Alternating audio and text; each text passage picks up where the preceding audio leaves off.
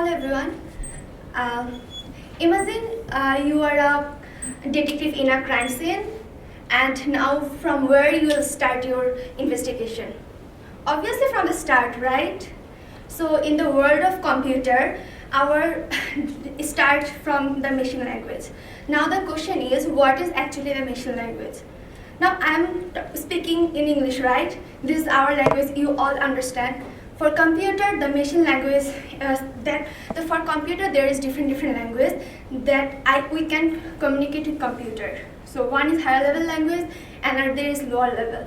Higher level language is like our English, everyone can understand and everyone can talk with computer. For example, Java, C, C++. And for lower level language is the machine language. It's the, you can call it assembly language also. So therefore, we all know that software has vulnerabilities and bugs. Attackers always want to attack our devices and our system. So how can we find out that bugs? For that, we have that formal verification techniques that we can find the bugs easily from the software or system. And the weakest precondition is the key to that advanced formal method technology.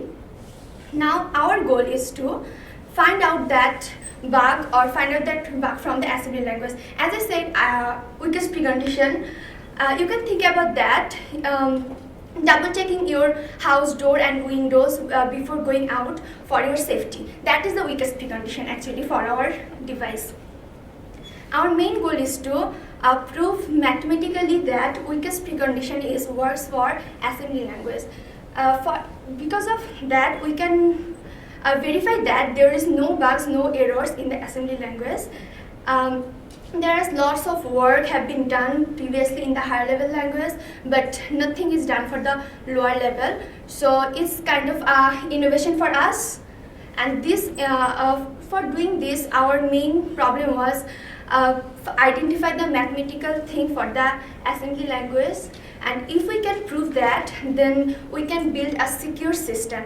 And we all want this kind of secure technology for us, right? Thank you.